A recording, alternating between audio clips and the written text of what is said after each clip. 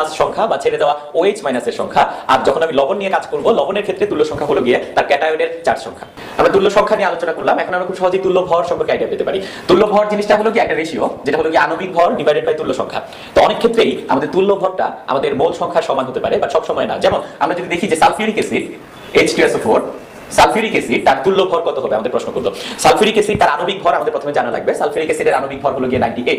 তো আমরা এখন দেখি সালফিউরিক অ্যাসিড তার আণবিক ভর হলো গিয়ে 98, আর তার তুল্য সংখ্যা কত হবে। আমরা বললাম সালফিউরিক অ্যাসিড সে একটা অ্যাসিড, তার তুল্য সংখ্যা আমরা বের করব। সে যখন বিক্রিয়া করবে তখন কতগুলি হাইড্রোজেন প্লাস সে ছাড়তেছে।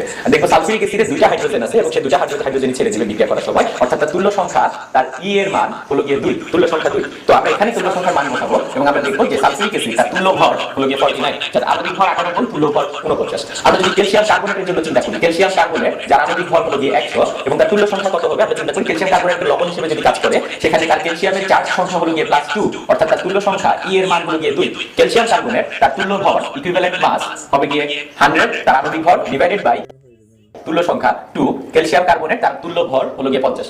আমরা যদি হাইড্রোক্লোরিক অ্যাসিডের জন্য চিন্তা করি, HCl এর তুল্য সংখ্যা কত? HCl এর তুল্য সংখ্যা ই এর মান 1, আর তার তুল্য ভর যদি আমি বের করতে যাই, তার আণবিক ভর আমাদের জানা লাগবে। HCl এর আণবিক ভর হলো 36.5। তাহলে HCl এর ইকুইভ্যালেন্ট মাস যদি আমি বের করি, ইকুইভ্যালেন্ট মাস হবে গিয়ে আণবিক ভর ডিভাইডেড বাই তুল্য সংখ্যা। আণবিক ভর হলো 36.5 আর তুল্য সংখ্যা 1, তার মানে ইকুইভ্যালেন্ট মাস বা তুল্য ভর সেটা হলো 36.5।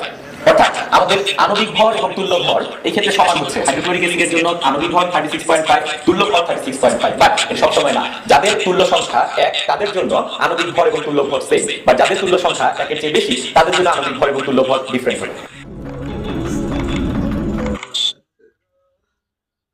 না বেটা